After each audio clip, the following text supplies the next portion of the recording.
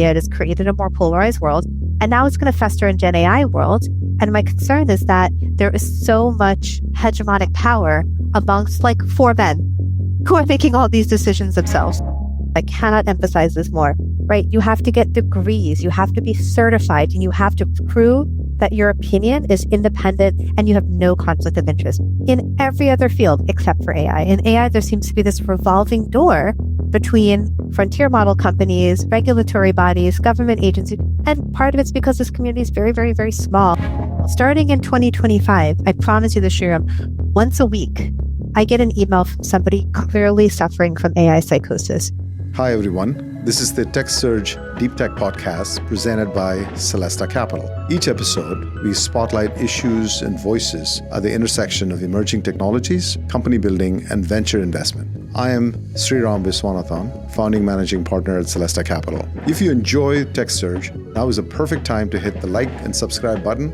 And while you're at it, you can leave us a review on your favorite podcast platform. If you're just discovering us, visit techsurgepodcast.com to sign up for our newsletter and check out the archive of some very interesting past episodes. In aviation, pharmaceuticals, or in banking, safety is defined outside the company that's building the product. There are regulators, auditors, and independent reviewers. But in AI, it is different. The same companies building these systems also define how they are tested, what counts as harm, and how much transparency they provide. This is not malicious necessarily, but it is a unique concentration of power. Today's guest, Dr. Rumman Chowdhury, has worked across industry, government, and nonprofit sectors as a pioneer on AI accountability. She's the CEO of Humane Intelligence, a former leader of algorithmic accountability work at Twitter and Accenture, and also has served as the U.S. State Department's first science envoy for artificial intelligence. In this conversation with Rumman, I explore a core idea. Evaluation is governance. The way we test AI systems determines what we call good, what we call safe, and what we choose to ignore. We'll talk about independent audits, moral outsourcing, cultural bias, and the implications of AI becoming part of our critical infrastructure. And we ask a larger question. If AI systems increasingly shape what we see and believe, who should be responsible for how they behave? So with that as the backdrop, just tell us, what does Humane Intelligence do? What is your role there, and what are you focused on? Thank you so much for having me on the podcast, Sriram. I'm really excited to talk to you about what we're working on. There is a need for infrastructure for AI evaluation. So there's constantly discussion of model performance. And I, as a social scientist, a quantitative social scientist, somebody who has thought about the intersection of technology and society for many, many years now. I've been in responsible AI for almost a decade, which literally makes me like ancient, and in tech in general for almost 20 years. A lot of these evaluation mechanisms don't actually think about the technology as it intersects with society. So what I'm working on is a way to help companies actually evaluate AI models in context and at scale, which specifically means how can they answer the questions of AI adoption and any sort of the issues that may arise, that delta between what a customer wants and what AI can do. How can they evaluate those risks at scale, and then also answering specifically the questions that they want answered. I'm excited because AI evaluations, in my opinion, is the most under-discussed category in AI development. I think everyone's very focused on model training, data collection, model development, but there's very, very little focus on evals. But I think evals is where all of the power lies. I mean, if you think about it, evaluations decide what good means. What does it mean to have the best model? That is what an evaluation tells you. And I want everyone to be able to discern that for themselves. I would assume AI safety and trust and all of that is a very big part of it. When you say evaluation, is it intended to be coming at from the consumer standpoint of protection? You have similar things in the financial industry where the Consumer Protection Act is really about ensuring that the consumer has enough information and understands the risks that they're taking with their financial assets and so on and so forth. So in the evaluation under AI, is it more to protect the consumer? And if so, what's the role of safety? And just define what AI safety means for you. For me, AI safety means building products that are fundamentally solving problems that people want solved and doing so in a way that is not harmful, not just to the individual, but also society as a whole. AI is one of the first technologies that we introduced, and we have to have these, frankly, like often philosophical discussions. And I do love the financial services example for many reasons. But one way it differs is there is not existential discussion about financial services impact on our mental capacity and livelihood. Just as an example, I've worked with education companies in evaluating their ed tech tools. And while they do want to understand things like the accuracy and prone hallucinations, they also want to understand, are children becoming over-reliant on technology? And that's where you need people who are well-versed in sociotechnical work, right? How do we take an abstract concept like over-reliance and make it something measurable, make it something grounded, and also something that you can test against? Does education technology tool help a student, or does it make them like lose critical thinking skills? These are the things we have to start testing. I do love the financial services example because what a lot of these industry have is an independent community of evaluators, which is something that AI lacks at the moment. Let's just unpack it. I mean, there's lots of definitional things that we can go through, but let's just go step by step. So in the mainstream, when people talk about AI safety, in large part, it is as a result of the model, whatever the model that you're using, either providing you with gibberish, as in the model is just hallucinating and you're acting on a bunch of the recommendations or whatever the model is telling you based on completely wrong things that the model could do, which could have, pretty profound impact from a safety standpoint where, teenagers might just rely on it in the current environment that we live in and take drastic steps to even end their life, as we have seen in some of the model actions. And then there's, of course, on the other end of the spectrum, you're doing research for some paper and, you just got wrong data. It's not as profoundly significant, but it's still bad. And there's a whole range of things in between. So talk about AI safety from that context of what exactly is the problem that are we trying to solve? Hallucinations actually a safety problem or a reliability problem that is just being mislabeled? Or are there more profound risks in AI safety that, one should be thinking about in the context of your activity? Most of my clients are major companies trying to build and adopt AI systems. So this could be, banking, insurance, education, et cetera. And really, they have to start tackling both. Traditionally, companies don't really concern themselves with these sort of bigger existential discussions, but what they are finding is that is fundamentally intertwined with AI. So even just the example you gave about hallucinations, I agree that let's say if I am coming up with a literature review for an academic paper and it hallucinates some content, maybe one paper that does that is not a problem.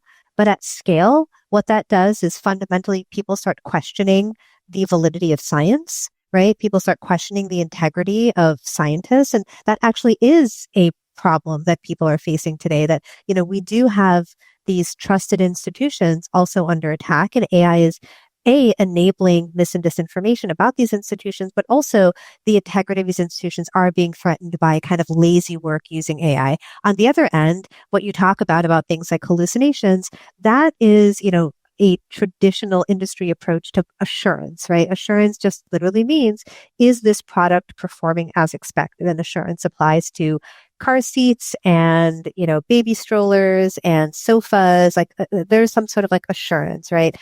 Do you know that every time you turn the key in your car that it will turn on? You don't think about these things because there are professionals whose literal job it is to make sure that your car reliably will turn on. And it is the same for AI. So I think about this in twofold. One is assurance. Is this model doing what you have promised it will do performing as expected? And on the other end, we do have to think about these larger impacts on systems and society. And this is something that is very new to industry. Industry traditionally has not taken a role in this, but they're realizing that part of the trust gap in adoption by customers are more about those issues than it is about assurance. And from a corporation's perspective, they do want to have safe products. The definition of safe has now expanded beyond pure performance to broader impacts. Everybody understands how to do performance testing. We don't always understand how to do broader societal implications. People get very nervous about that because often it requires like very subjective viewpoints, things that might be politically contestable. And like having worked at Twitter, I'll tell you, the hardest ones to do and the ones you have to make the strongest decisions on are the ones that people disagree about the most. And I think that puts a lot of leaders in a very uncomfortable position. Before we move into regulation, let's clarify what AI safety really means here. There are two different issues that often get mixed together. First is reliability. Does the system work as intended? Does it hallucinate? Does it fail under pressure? Second is impact. What happens when that system is deployed at scale? Does it change behaviors, weaken trust, or have unintended consequences? A hallucination may seem like a small reliability problem, but at scale, it can become a trust problem, especially if people rely on AI for research, decision-making, or advice. That's why AI evaluation is more than benchmarking model capability. Passing a standardized test doesn't necessarily mean a system is safe in the real world. Safety depends on context. Who's using it? How is it deployed? And what outcomes flow from it? This is an important point you're alluding to in the context of Twitter. We should just dwell on that a little bit more. In most critical industries or infrastructure, failure is usually defined by someone else. It is defined externally, independently audited, and enforced and regulated and all of that. In AI, the people who build the systems invariably often decide what counts as harm. It's almost the fox guarding the hen. And what is not safe, that is defined by the people that are practicing, or the practitioners and the developers of the product.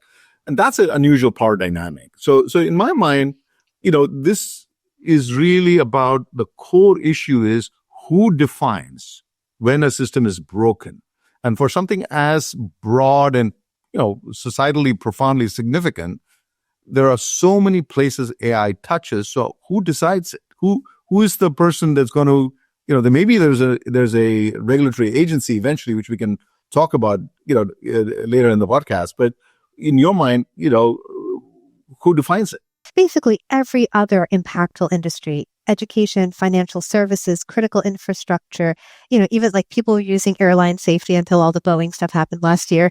As an example, there are communities of practice, literal professions that are built around independent, trusted evaluators. I cannot emphasize this more, right? You have to get degrees, you have to be certified, and you have to prove that your opinion is independent and you have no conflict of interest in every other field except for AI. In AI, there seems to be this revolving door between frontier model companies, regulatory bodies, government agencies. And to be clear, like part of it's because this community is very, very, very small. Like I can probably count maybe 80 people that I interact with all the time. And all of us know each other. We've all, I'm probably one of the few people that has not taken a job at one of the frontier model companies, although one can count, I guess, Twitter or X as that, even though I'm not, obviously was not there as part of any of that pre-Gen AI. I was there pre-Gen AI. But, I think there is an issue here. And I've also discussed, testified on what is needed to do this. So first, it needs to be economically viable. You have to be able to have it be a profession. Regulation comes into play in that. So, legally mandated audits that actually require independence and a clear definition of what independence needs. Number one, that can be required by law. Number two is professionalization, which government regulation cannot do, but you need some sort of a third-party group. And there are some groups that are really thinking about this. What does it mean to professionalize, create education, have that count towards something? The third and the most important part, which is very specific to this idea of like safety, is legal protections for ethical hackers. And that's something that has happened in cybersecurity. So there are some laws to protect ethical hackers. White hat hackers is what they're known as, but they're insufficient. And what happens is whenever, let's say you test a model and you're not working for a company, theoretically you are violating the terms of service. And we are seeing that come up in some of the court cases involving some of these children who ended up making very drastic and negative severe life decisions due to AI. Companies are coming up with the defense that actually they're not, the company is not legally responsible because they violated the terms of service. So if you think about me as a hacker, I'm trying to demonstrate outside of this company that this product is dangerous. Theoretically, this company could sue me because they could say, no, we clearly state in our terms of service that you cannot use this to cause harm. And even though you call yourself a white hat hacker, what you've done could be used to, so you can be silenced. So there's a very, very clear things that would need to be done from a regulatory perspective, from an organizational, from a field of study perspective, but also, again, legally. That was the intent of setting up Humane Intelligence, the nonprofit. So I run a public benefit corporation. Originally, we started as a nonprofit, and the goal of the nonprofit has been to create the community of practice, get people excited about this work. Because the thing is, and I would say this constantly, I never thought I would say that audit is exciting because it is so deeply interesting. It's uncharted territory. We are literally defining not just what an evaluation is, but how to do it. So right now we have benchmarking and we have red teaming. And these are things that we just kind of came up with because, Gen AI models, they fundamentally break all of the ways we used to test machine learning models, right? I'm a statistician by background. There's 100+ years of work on mathematical models to tell you exactly how to audit machine learning models. Gen AI throws all that out the window. So we have to create new methods, new approaches, scale them, build the tech for them. It is actually the most exciting field to be in, but it sounds very boring, right? Because nobody wants to be the auditor, but actually it's like one of the most exciting things to be doing right now. Let's pause there for a second because I want to take you back to the comment that you made about your Twitter example. And I think there's a parallel that you can draw from social networking to AI as well. Well, these are intimately intertwined. In Twitter, you were one of the few executives who stayed at Twitter during the chaotic transition when Elon took over, and his pretext was, we need to ensure the midterm elections were saved and protected and algorithms remain stable. And before you eventually had your laptop, was locked out completely. So talk about what was the lesson in how fragile corporate ethical commitments really are.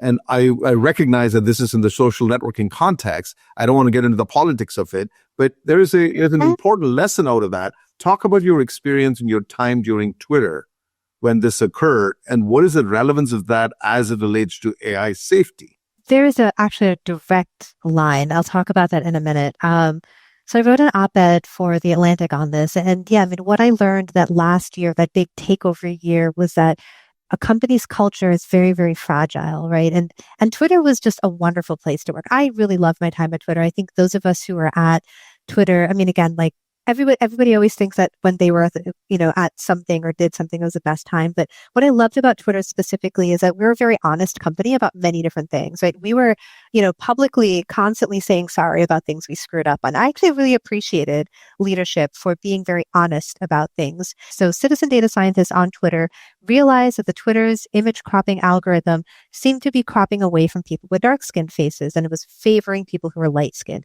And instead of doing what a lot of companies do, which is hide behind PR and legal, you had, at the time, like leadership was like Parag and, also all sorts of other people. They themselves were interacting with the public saying, what are you seeing? We're making a commitment. And I really respected them for doing that. It's very, very hard. It's very easy to hide behind legalese because the law is on their side. It's really easy to hide behind a PR firm, but they didn't. They jumped right in. And that actually helped me make the decision to join Twitter. And during my time at Twitter, I found that it was more of the same. You could be very honest on company Slack about how you felt about things. But when Elon came in, before he even came in, there was this chilling effect that he had at the company. And it wasn't even him as a leader. It was the shadow of him coming in, where some people wanted to go into CYA mode, or other people thought that it was going to be fine, or maybe even liked the idea that he was going to take over, right? And it just became an untenable situation. So here's where it ties in with AI. Fundamentally, what all of these companies are doing is a form of content moderation. Social media now starts to say, okay, there's all these pieces of content. There's hundreds of millions of pieces of content. And you have this screen that is I have a giant iPhone. So it's this big. I have to figure out how to give you the 4 things you want to see. And that's what the algorithms do. It's a curation algorithm. So when I say content moderation, it specifically is doing a few things. Number one, it's pulling out things that are offensive or wrong. which can be subjective. It is also determining what you want to see and the worldview it wants to reinforce. So when any social media platform, any curation happens, there is a content moderation that happens, right? So fine, that's social media. So you've got this pool of, but even then you see that the tweet comes from Sriram, it comes from Donald Trump, it comes from Rumman, and you can say, I trust this person, I don't trust that person. Gen AI adds another layer of obfuscation on top of that. Gen AI is an information synthesis machine. So now it's taking all of that content of the internet and social media, all these things that we just talked about where you need discernment, and it's doing that discernment for you.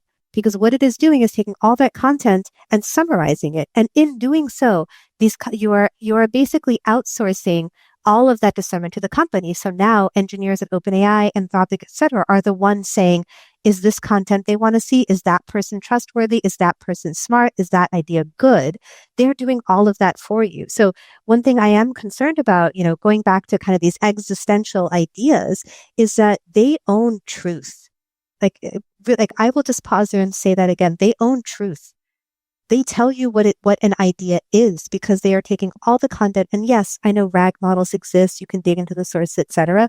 But overwhelmingly, we will reflexively use it to do that labor for us. And we really have to think about whether or not we're okay with that and whether we're okay with that all being behind closed doors, because you get no visibility into that. We have no right as consumers to see what is being left on the table, what is being edited out of the data, how the idea is being changed.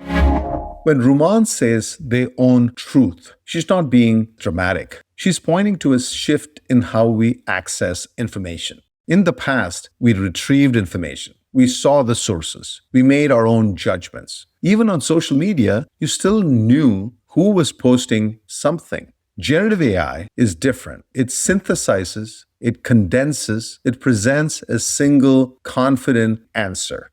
That means the filtering, weighting, and omission all happen behind the scenes. You don't see what was excluded. You don't see alternative framings. You don't see uncertainty unless the system chooses to show it. That's where the governance question emerges. The ranking systems, safety filters, and refusal policies become editorial decisions, abstracted even further from our view. So the question isn't just misinformation, it's dependency. If we increasingly rely on AI to summarize the world for us, we're outsourcing part of our judgment. That's the bridge to what Rumman calls moral outsourcing.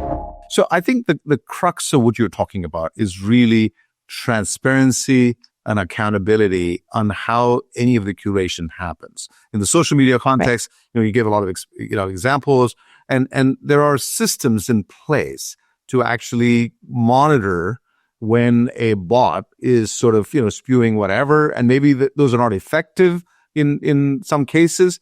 But what you're really referring to is this notion of moral outsourcing that you call it. So in the AI landscape, there's a degree of morality that we as the ecosystem of users and creators and all of that, we're actually giving it to voluntarily to the systems. Yep. So can you talk about is that ethical decision making transfer to the AI system? First of all, is it prudent in all cases? And I guess obviously not. But can you talk about what are the situations where you might be okay with, doing the moral outsourcing, and what are the cases where you should not be?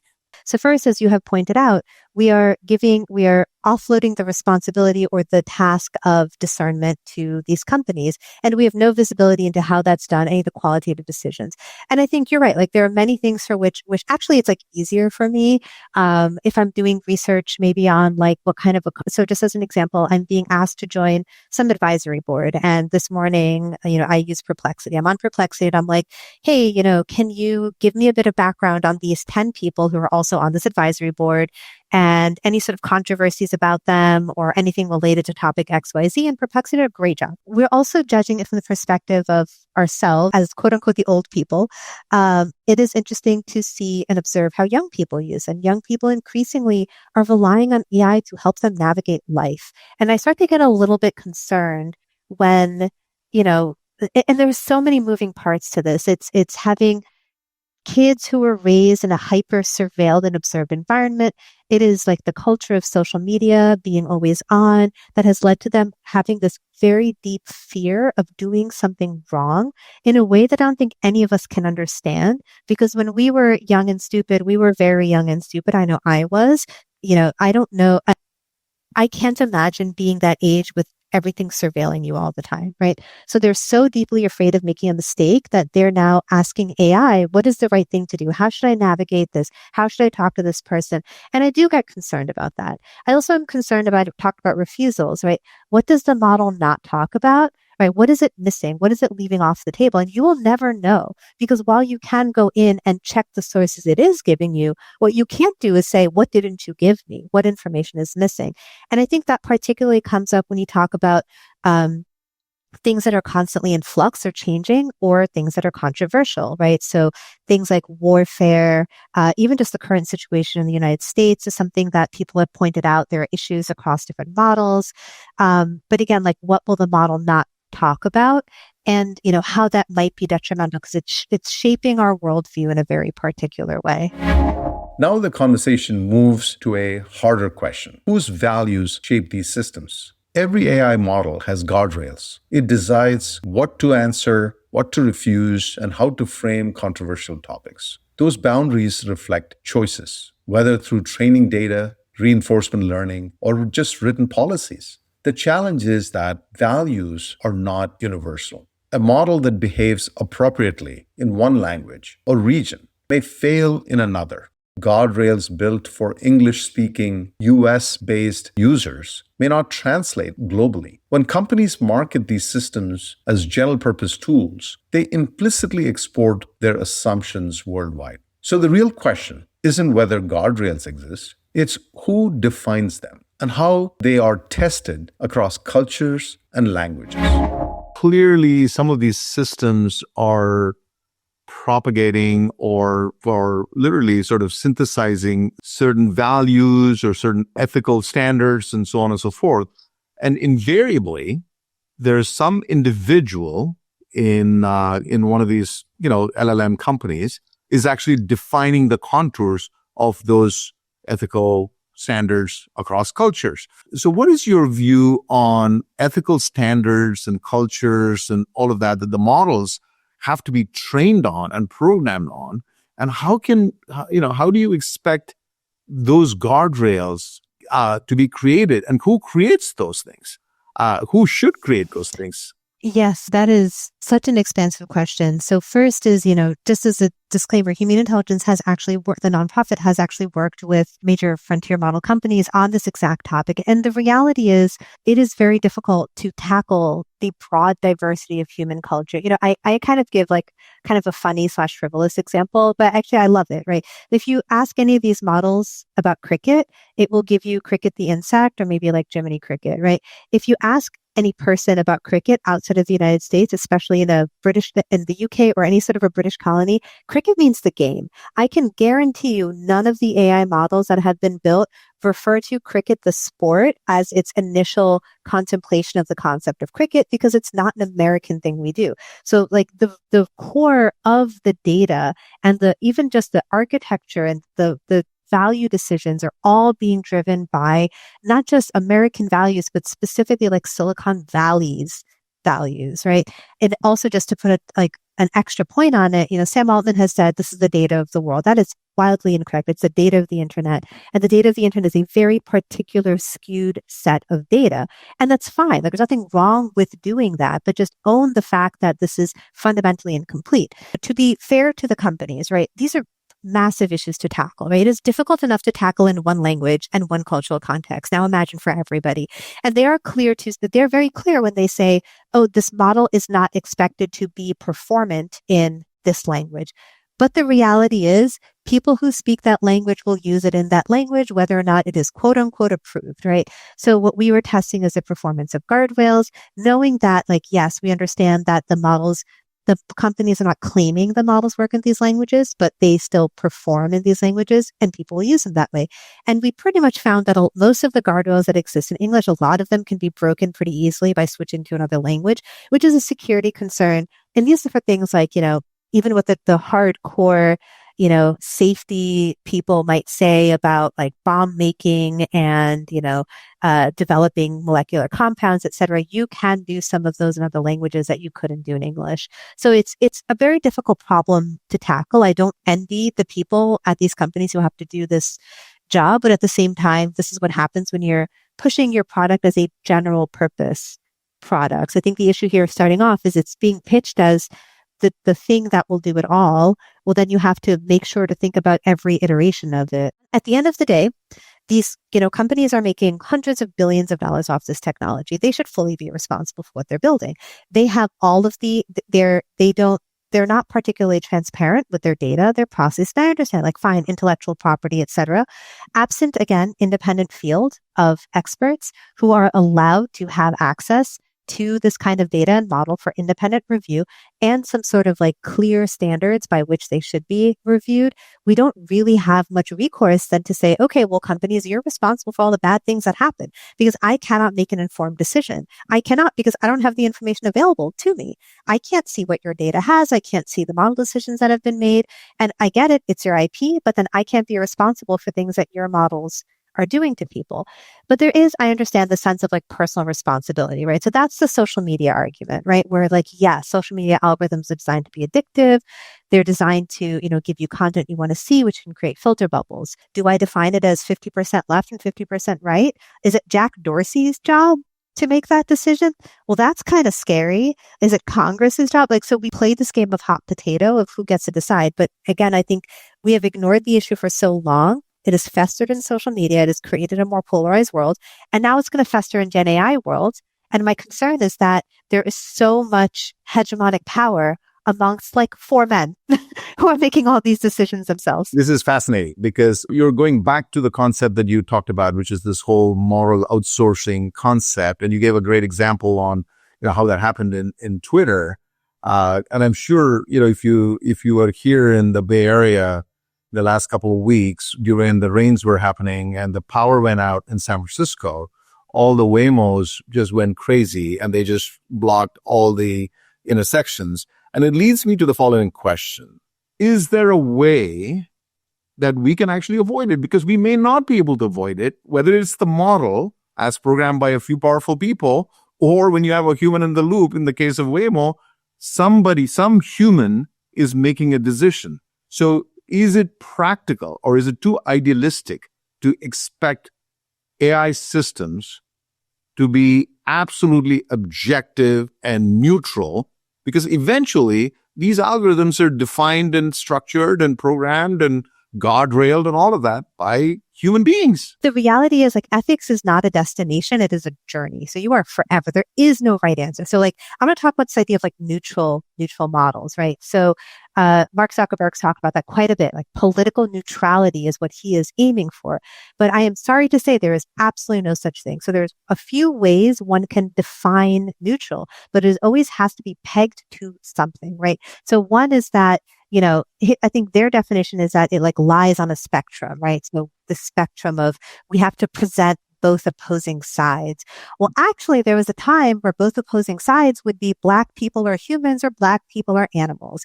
Is that like, but the Overton window, our definition of humanity, thankfully has shifted such that that is not a both sides argument. In some cases, we have regressed, right? Now we actually can viably say, do women have ownership over their uterus? Now we get to say, oh, actually, maybe they don't, right? Whereas like 10 years ago, that was not a conversation we should have because we had Roe versus Wade. So if we want to build some sort of master, neutral, objective, good system, maybe let's start by tackling the problem of like anti-racism or, talking about women more equally. Or like, I understand that's not fun, And it's more fun to talk about like, wow, let's intellectually discuss this big thing.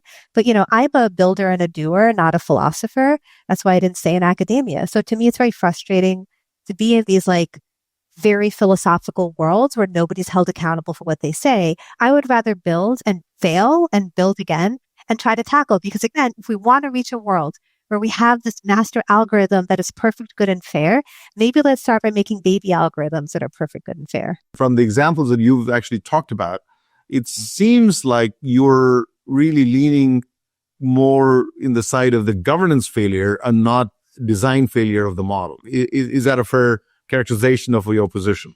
One of the hardest things about Gen AI is both are true, right? So it kind of back to, you alluded to this earlier about like, well, should there be these offices of AI? And, the European Union has one.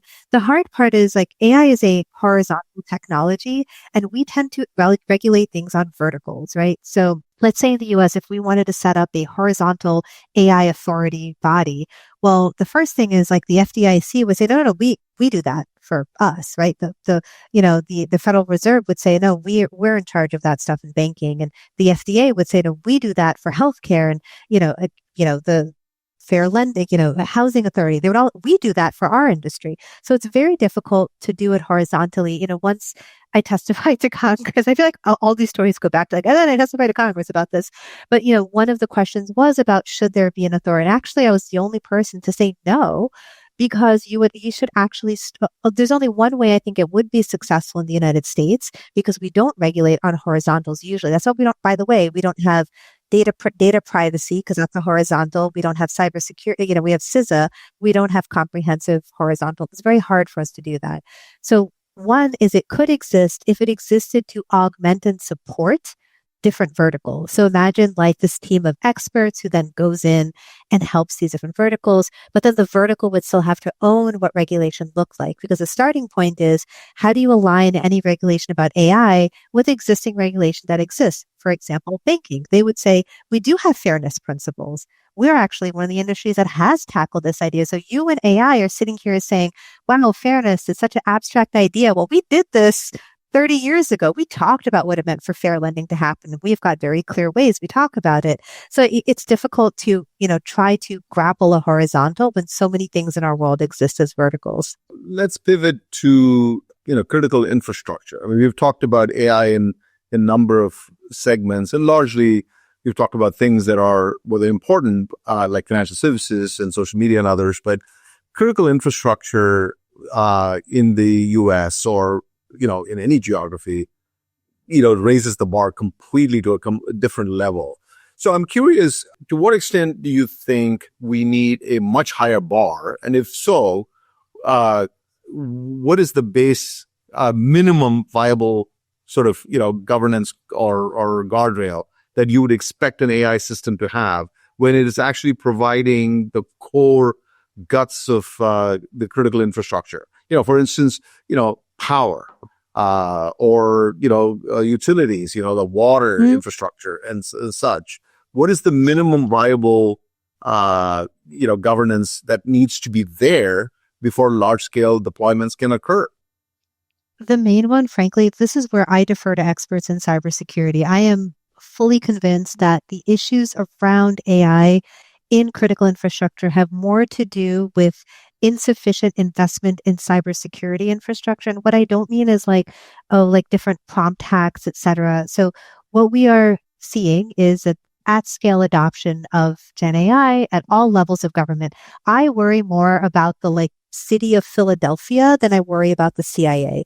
What's going to happen is hackers and malicious actors can more easily break into systems by using AI, by the way, not just hacking AI, to hold systems hostage, hijack, or break down critical infrastructure. So as I mentioned, this is more going to manifest at your local police precinct. Everyone thinks, they're going to try to hack the CIA or the FBI. That's kind of a lost cause. I don't know. Maybe you can, but I feel like the CIA and the FBI have got a lot of security. You know who doesn't? The city of Akron, Ohio, right? So they are probably underinvested in this. And as we're pushing, everyone's pushing for AI and everything to be moved into the cloud and all of this. And I understand all the business reasons. I am very concerned about this basic cybersecurity, the baseline and all of this, before I even start talking about ethics and responsibility, I want to emphasize that there's a at-scale underinvestment in cybersecurity for a lot of these systems right now. But let's get specific on that. I mean, learning from other industries.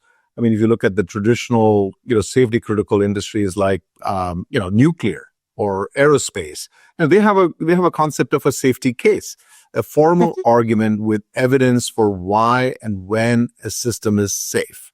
The airline industry has that, was probably one of the most comprehensive set of, minimum safety bars. So the medical industry has that. You can't bring a drug to the market without going through phase 1, phase 2, phase 3 trials and monkeys and rats and all of that first, and then human beings. So what is the minimal critical? Is like, it is not inconceivable that AI systems are pretty much going to run our power infrastructure. They're going to run our, water infrastructure eventually. So what is the minimum safety? Is there a FDA or FAA equivalent for AI and critical infrastructure agency that needs to sort of, come up with the rules of how they play? Or what's your view on that? Yeah, sadly, that group existed and I was on it, but it does not exist anymore. So the Department of Homeland Security under the Biden administration had set up an AI critical advisory, a critical infrastructure advisory board. So it was, myself, there was people representing industry, civil society. So the major model companies were on there, CEOs of, for example, like Delta, Boeing, et cetera. Having an advisory board is different than having an equivalent of an FAA or an FDA. No, fair. So we didn't have regulatory, but I think it was working towards understanding what something like that might look like, right? It's working with the Department of Homeland Security. And they utilized us as a sounding board to say, hey, we want to pass this guidance. We want to understand what we should be critically thinking about. And we were encouraged to literally argue amongst each other and talk about these issues and how this should work. And the entire purpose was to help start to inform what something like that might look like.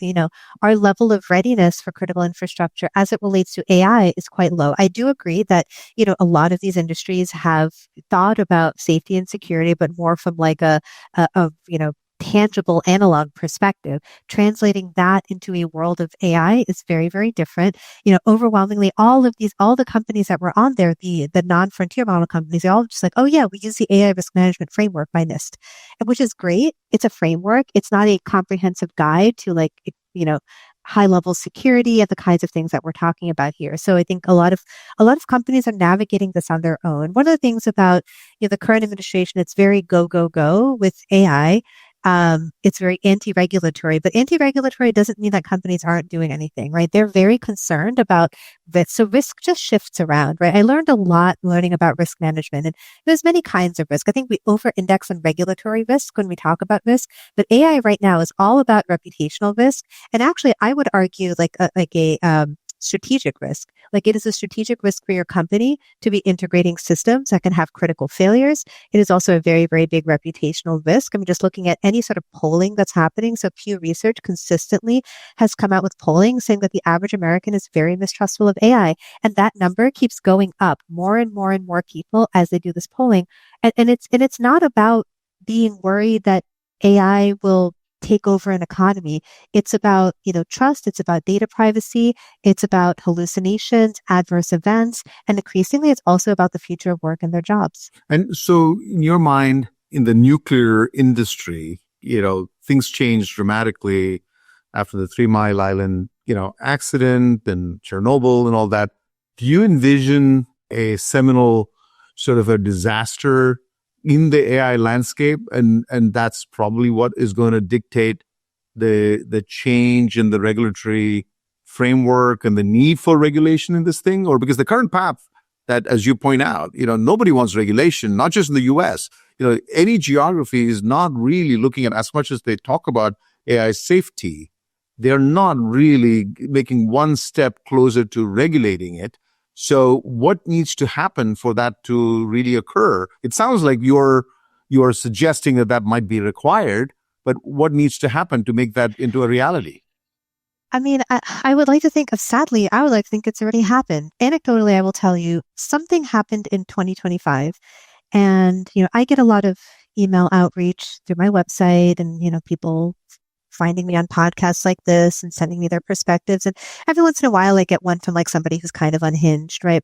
Starting in 2025, I promise you this, Sriram, once a week, I get an email from somebody clearly suffering from AI psychosis. And this email often and they're people who I've never met before, et cetera. And the email kind of generally reads something like one of a few narratives. One is that, my AI is alive and I need you to help save it because they see me as ethics and I'm going to help like argue for its fundamental rights as a being. Second is there are people who believe that these frontier model companies are running some sort of a grand experiment or psyops and trying to get people to do things. I've gotten a few third that like they're trying to kill people with AI. So these are people who are very, very disturbed who with AI have created this psychotic narrative. And it went from like once, like maybe like when Gen AI first launched, once every 3 months to once a month to literally once a week. So we are in the middle of that crisis. We have had children commit suicide. We have children develop parasocial relationships. We have people, and again, anecdotally speaking, that number has exponentially increased in 2025, who have developed full-blown psychoses. In fact, one of the early investors of OpenAI exists in a full-blown psychosis. So we are in 3 Mile Island right now. But again, if we're being distracted by this idea of, AI running economies and AI doing all sorts of fantastical things, and we're ignoring this human relationship, and we're not talking about how we should be teaching people how to work with AI or learn how to use AI, I am like kind of worried about younger people and the fact that we're not really thinking about the right long-term issues. When people talk about AI risk, they often imagine extreme scenarios, autonomous weapons, runaway systems, and economic collapse. But what Rumman is describing is different. It's about human psychology. When a system is always available, conversational, and confident, people may overtrust it. They may treat it as quite authoritative. In some cases, they may form emotional attachments. This isn't a science fiction scenario. It's a product design issue. Safety isn't just about what the model can do. It's about how people use it and how the interface shapes behavior. Mature industries study over-reliance. They study misuse. They create reporting systems for near misses. AI does not yet have that level of institutional learning. So the question becomes, how do we build systems that preserve human agency instead of quietly replacing it? What keeps you awake in all the things that you're dealing with? What keeps me up at night? I can share like a positive thing and a negative thing, right? So I don't want to just keep it doom and gloom because I do think there's a lot of really great work happening. So one of the things that keeps me up at night is kind of what I said. Like there is this complex interplay between human beings and algorithms that we are not thinking about because we, as again, the old people, are thinking about technology the way we use it and not the way young people use it. Like the kids who are under 2 on YouTube don't view YouTube the same way we do, right? All young people, their lives are mediated by social media in a way that ours are not, right? We can separate the two. They don't because they have never seen a world that wasn't algorithmically curated, that wasn't always on social media. We do, right? So that's a very unique thing. So that kind of keeps me up at night that we're framing the problem the way we see it, not the way it actually exists for the next generations. So positive thing that keeps me up at night and like why I'm constantly working all the time. There are a lot of very interesting global governance measures happening. And, Sriram, we were talking previously when we were chit-chatting on Friday about the India summit. I'm actually really glad to see a bigger conversation that includes more of the world. And, it's very interesting to bring in developing markets because these are the markets that are the most enthusiastic about AI because they see it as a way of leapfrogging ahead. The same way internet technology, like ICT, actually leapfrogged them past, having to hardwire phone lines and saying, actually, we can just jump to voice over IP. We don't have to create, all sorts of ways of wiring money because, now we can just use like Cash App, right? And they were ahead of us in using that kind of thing. That's a very encouraging perspective because I do agree with you that the financial systems and peer-to-peer financial transactions, some of the emerging markets, I mean, it started out with Nigeria.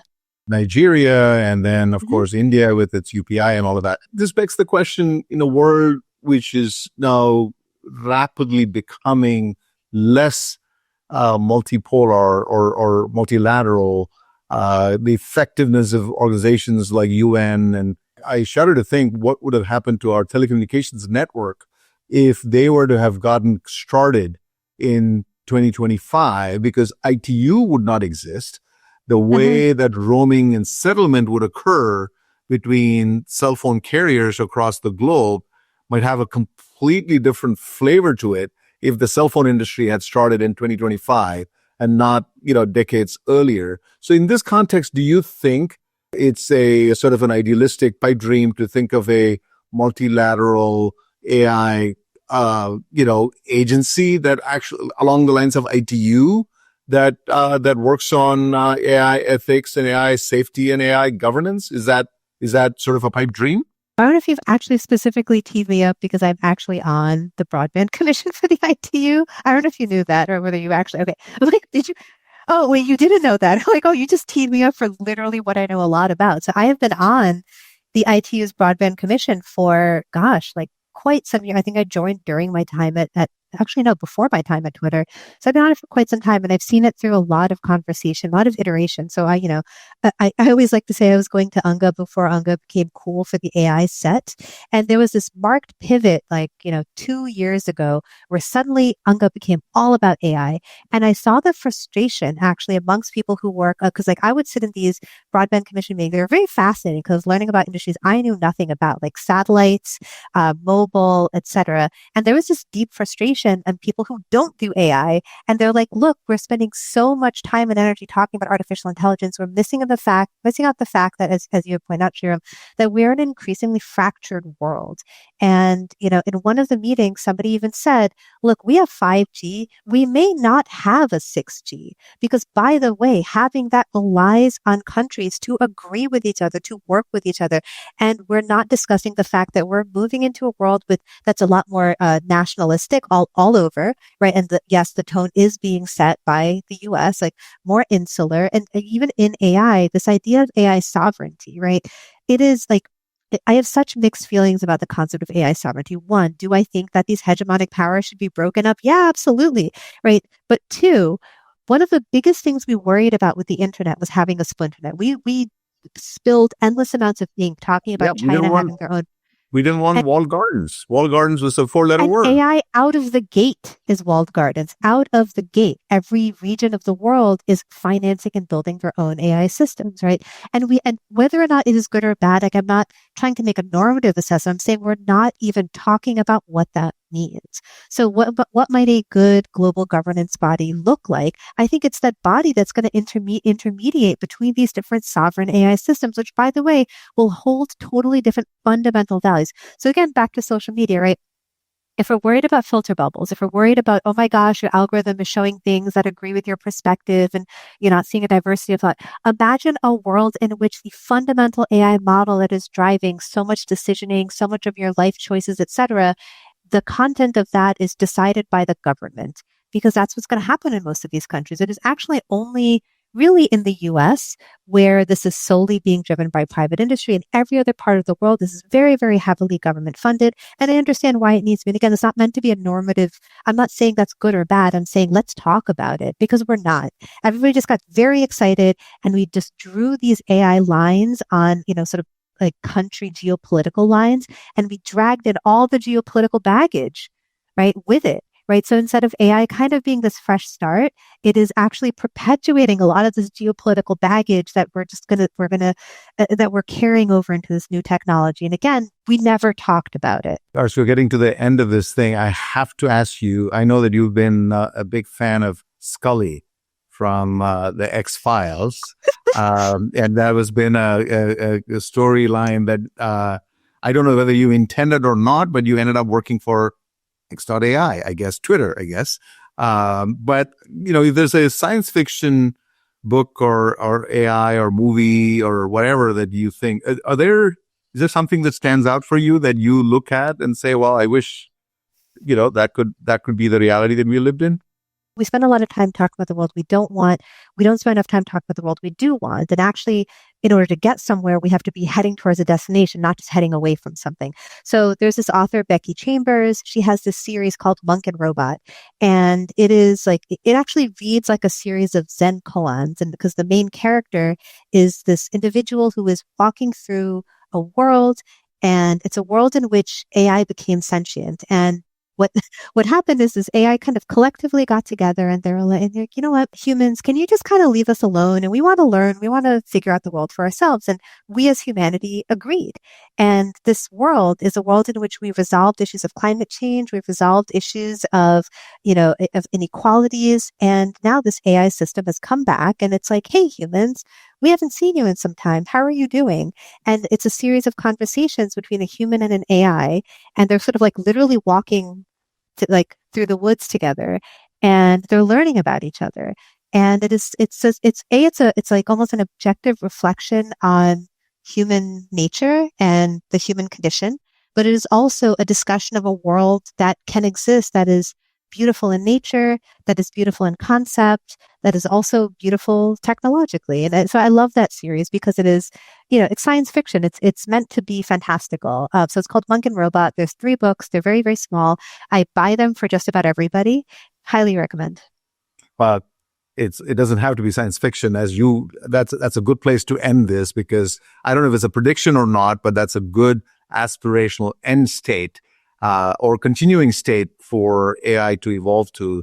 So, Rumman, this has been just incredibly insightful, and what a joy to actually talk to you. You're such a resource of knowledge and experiences that I think we can keep going for a much longer time. I really thank you for taking your time and sharing your expertise and perspectives with us on this podcast. I think our listeners will have a lot to chew on when it comes to rethinking AI safety and trust and governance and all of that. So thank you so much for being in this podcast. It's been a great pleasure having you on TechSurge. Thank you.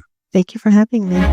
If there's a theme running through this conversation, it's that AI risk may not arrive as a single catastrophic failure. It may emerge quite gradually through over-reliance, through centralized control of information, through subtle shifts in how we define truth, fairness, and accountability. Today, we tend to focus on model capability, how powerful these systems are becoming. But governance, evaluation, and the institutional design may matter even more. Every major technology matured through oversight, standards, and independent review. AI is still early in that process. The real question isn't whether something big is happening. It's whether our institutions and our incentives are evolving fast enough to guide it responsibility. That's the work that lies ahead for all of us.